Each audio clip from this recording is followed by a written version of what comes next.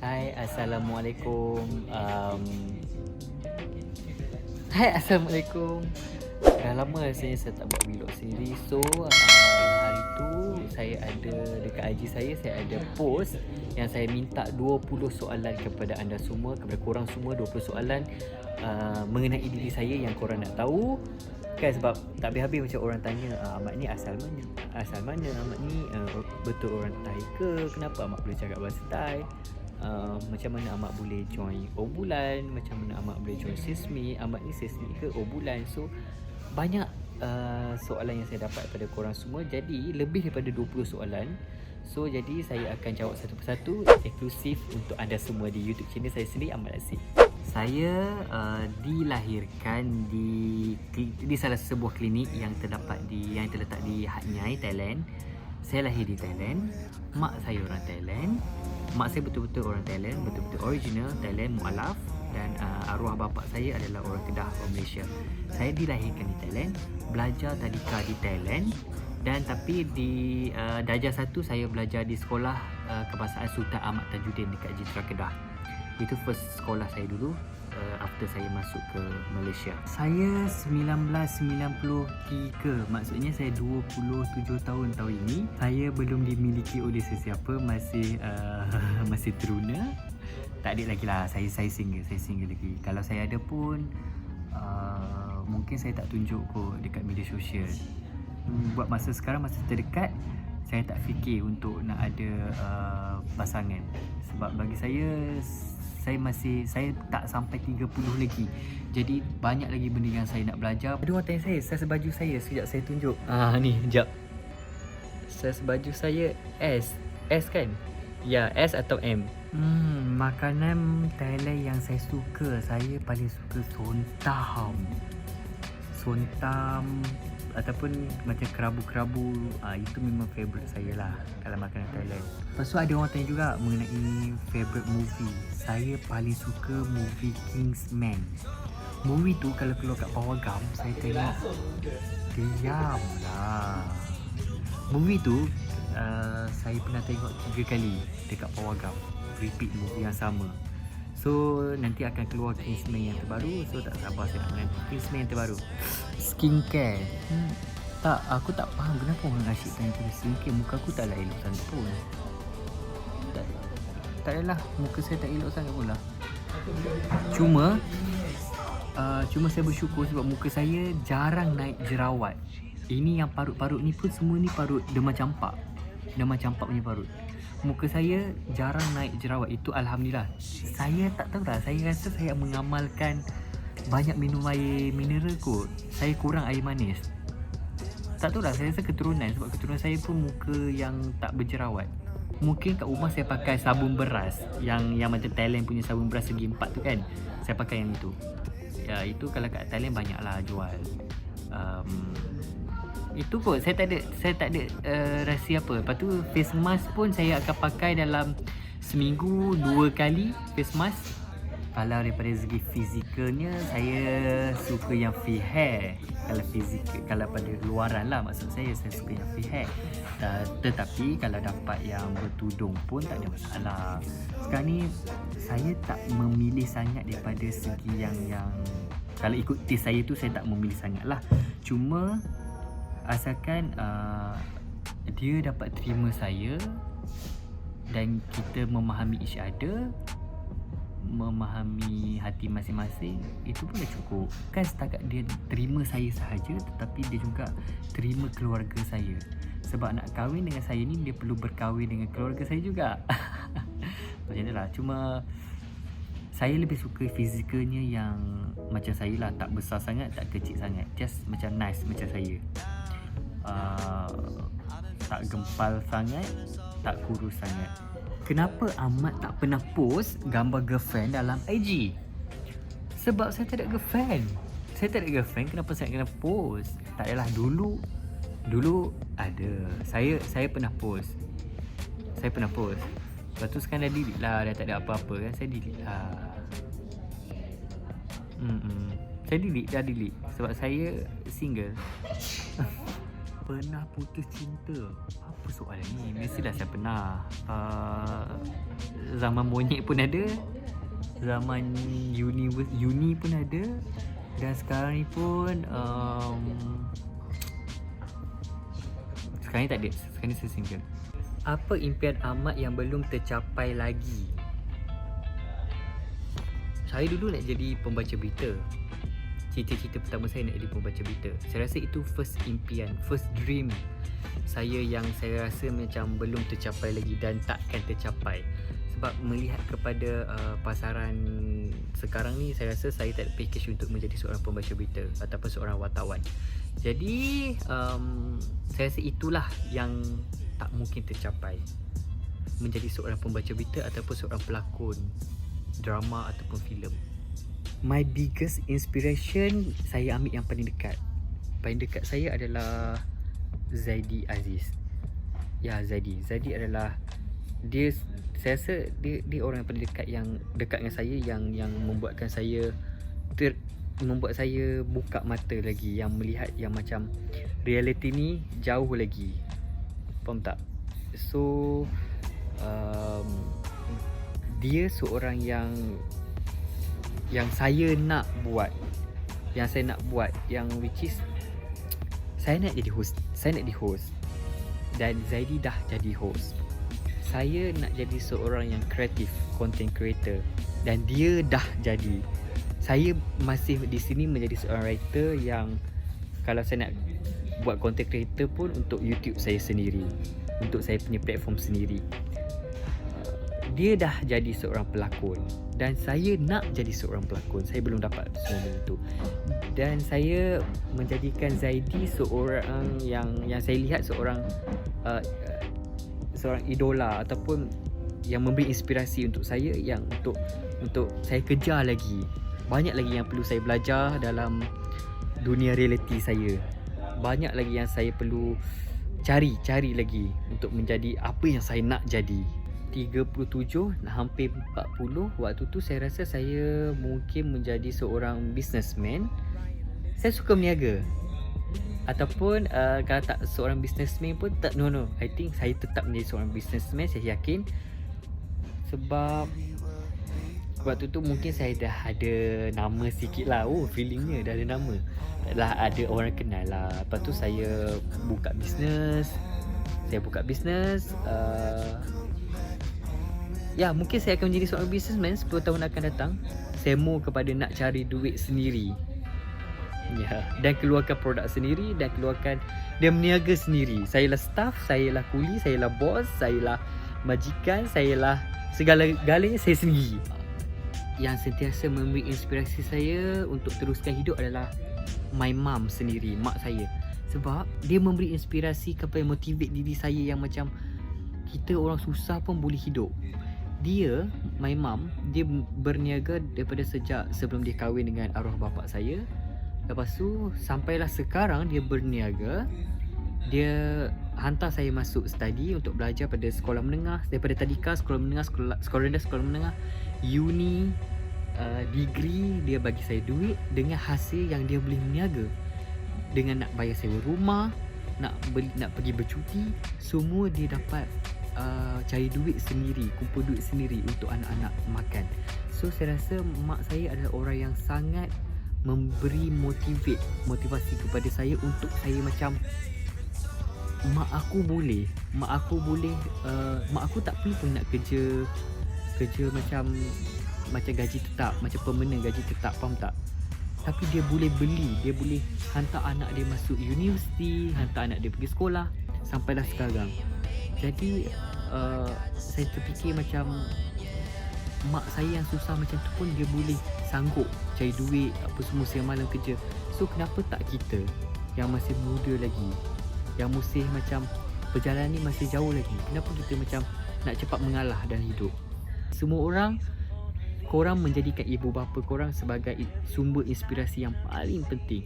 Jadi mereka adalah orang yang sangat memainkan peranan penting dalam membawa diri kita, siapa diri kita. Saya just follow the flow. Saya follow je. Yang saya tahu adalah saya nak kejar cita-cita saya untuk menjadi seorang yang ada nama di dalam media sosial. Sebab kenapa saya nak ada nama? Sebab satu je, sebab saya nak buat bisnes. Bila orang dah kenal saya, mudah untuk saya nak promote kedai My Mum. Mak saya berniaga sebenarnya, dekat kedai makan. So korang kena pergi. Okay, nanti saya letak alamat kat bawah ni. Lepas tu saya nak keluarkan produk bisnes saya sendiri. Saya nak promote, saya nak jual. Itu niat asal saya kenapa saya nak ada nama dalam at least media platform lah, media sosial punya platform, at least sekurang-kurangnya. Dan dream yang saya dah achieve adalah saya nak beli rumah. Saya dah ada rumah, saya beli. Saya nak ada motor sendiri, saya dah motor sendiri. Kereta saya tak mampu lagi. Saya nak pergi travel dekat Asia Tenggara. Saya dah pergi, dah hampir Asia Tenggara saya dah pergi. Cuma tinggal Myanmar and Filipina yang saya tak pergi lagi, and Brunei, Singapura. Yes, 4 negara ni yang saya akan pergi, insya-Allah. Saya nak habiskan ke Asia Tenggara dulu. Saya suka travel sebab apa tahu? Sebab orang yang travel ni orang yang berdikari, bagi pandangan saya. So jadi saya menggalakkan untuk korang kumpul duit sendiri, pergi travel, keluar. Bila korang keluar, korang boleh lihat budaya orang kat sana, boleh lihat agama dia orang, boleh lihat makanan dia orang, boleh rasa makanan dia orang dan sebagainya. Korang boleh keluar, korang boleh buka mata. Jadi saya sarankan untuk anak-anak muda seperti korang yang tengok video saya ni, keluarlah pergi travel. Saya mengakui yang saya ada YouTube, betul. Tapi saya tak labelkan diri saya macam YouTuber yang berjaya. Tak, never. Sebab nak menjadi YouTuber yang berjaya bagi saya adalah menghasilkan video-video yang dapat mencuri perhatian ramai orang. Lepas tu dia ada subscriber yang banyak. Saya ni tak sampai 10,000 lagi. So saya berlayak untuk melabelkan diri saya sebagai seorang YouTuber yang berjaya. Mulanya waktu tu saya memang macam korang juga, saya struggle untuk cari kerja waktu tu. Lepas tu nasib baiklah, alhamdulillah, rezeki daripada kawan saya sendiri, iaitu Megat, one of my best friend yang bagi buka peluang untuk saya hantar resume dekat bulan waktu tu. Ketika itu saya baru saja register untuk nak sambung study master. Lepas tu saya, of course saya tak kerja apa semua kan. Lepas tu Megat macam, Ahmad, why not kau hantar resume dekat bulan, apa semua ni ada jawatan kosong. Dan aku tahu kau boleh buat kerja apa semua, dan kau seorang yang rajin belajar apa semua. Apa sahaja task yang orang bagi kau akan buat. Dan bermula dari situlah orang kata apa, pintu rezeki saya terbuka untuk bulan menerima. Nak belajar dengan bekerja, saya sangat respect kepada orang yang boleh belajar at the same time dia bekerja. Sebab orang itu orang yang sangat menghargai masa dan dia rasa masa dia penting. Tipnya bagi saya adalah timing. Saya pun kadang-kadang agak macam stres, rabuk juga. Kadang-kadang kerja kita ada KPI untuk kita achieve. Lepas tu belajar, lecturer nak assignment, bagi task, nak assignment minggu depan, nak kena present dan sebagainya. Kita nak study lagi sebelum kita nak present. Memang susah. That's why saya kata saya respect orang yang belajar sambil bekerja. Saya cakap juga, saya bukan businessman yang berjaya. Istilah berjaya bagi saya tu belum ada lagi. Maksudnya kalau korang nampak saya sebagai seorang YouTuber ataupun businessman yang berjaya, pada saya belum berjaya lagi. Sebab apa tahu? Sebab berjaya saya itu adalah satu subjektif yang sangat besar, yang macam jauh lagi. Sebab saya tahu limit saya tahu kemampuan diri saya. Jadi benda tu nak kata berjaya atau tidak tu di mata korang mungkin ya, tapi di mata saya, diri saya sendiri, saya rasa saya belum berjaya lagi. Nak mulakan bisnes adalah niat, nawaitu. Bisnes untuk apa? Satu, untuk nak tambah pendapatan.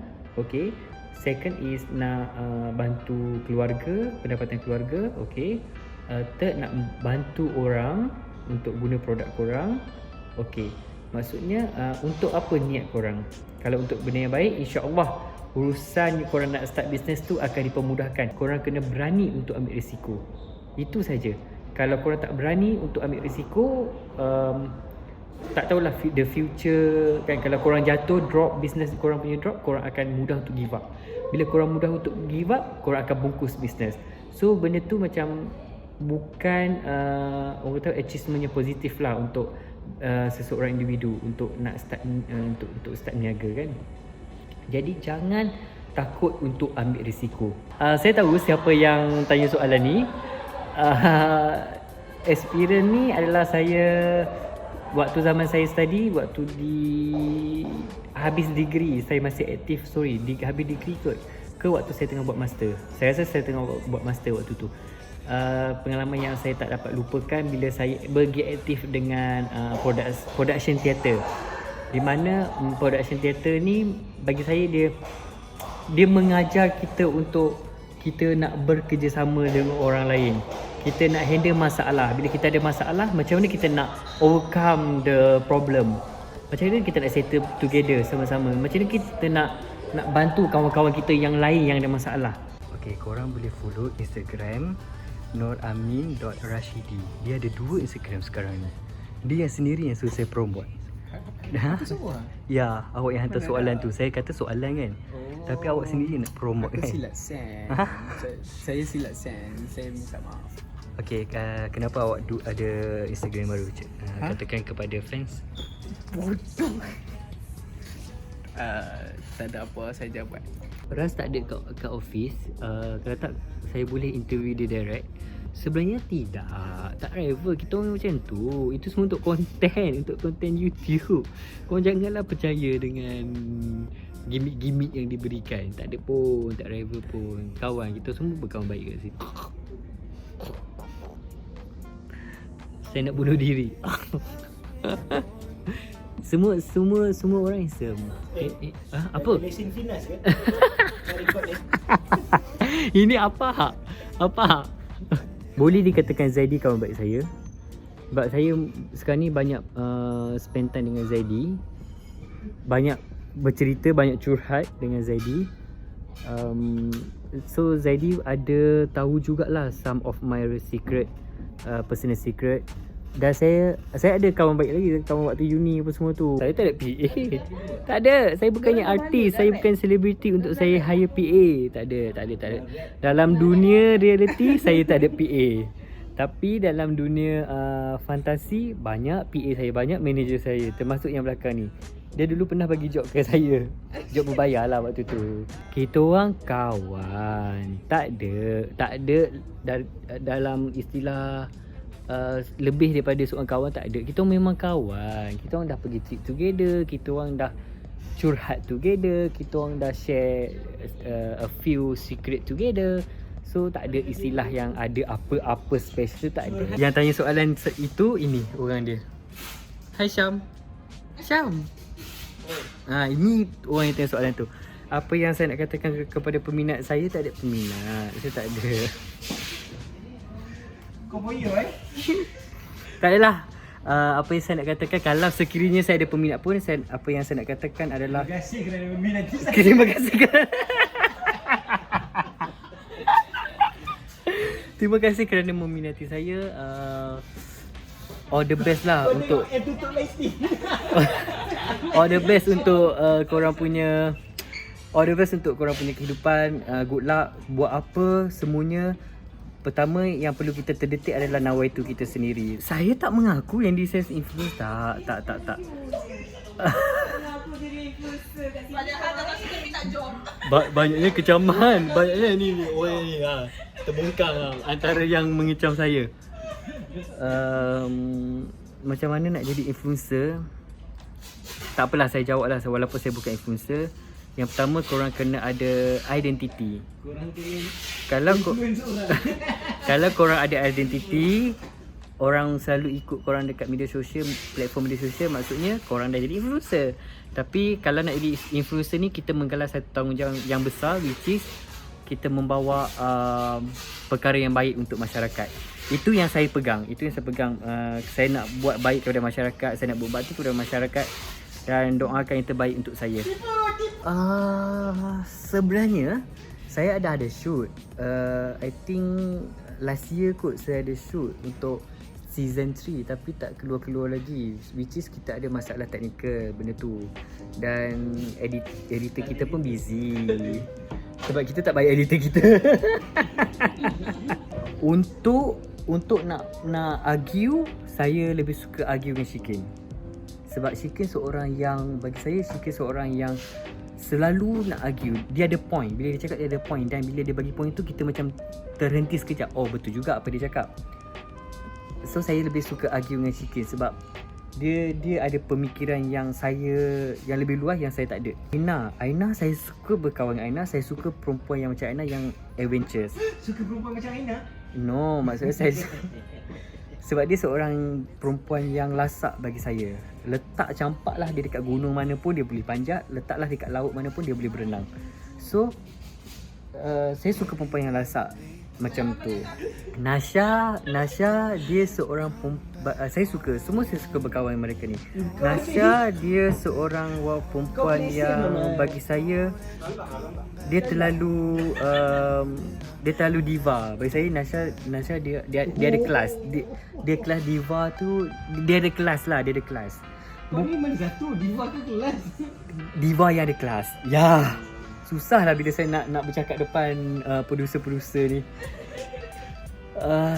Semua saya suka berkawan. Alah, semua kekurangan mereka, kekurangan saya, kita saling melengkapi semua kawan-kawan kita. Aduh, poyonya. Banyak hater saya.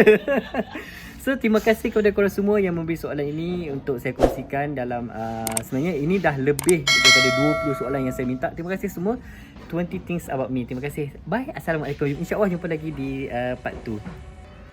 Yang tersidai kat sini, ni Ann. Dia kata dia tak sempat nak tanya soalan. Ni Ann guys. Dia kerja kat Umbulan. Ya. Ini apa? Ni producer yang selalu bagi saya job dulu ya. Sekarang nak dapat job pada dia pun macam susah. Tak ada job lah, Dia tak ada job. Dah duduk kat sini. Jadi bos sekarang. Bos dia duduk kat bilik kecil. Ini Muin, ni kawan saya pada uni. Itu pun yang bising juga tadi tu. Nak juga ya. Ni yang bising tadi tu. Oh dia Dia taken. punya boyfriend TikTokers. Oh iya ke? Ya, kau tak tahu kan? Tak tahu. Ya, nanti kau cari. Tak tahu. Okey, saya akan cari. Okey. Itulah tu. Ni Hisham. Letuk Hisham. Terima kasih. Dia pun fan saya yang selalu support saya.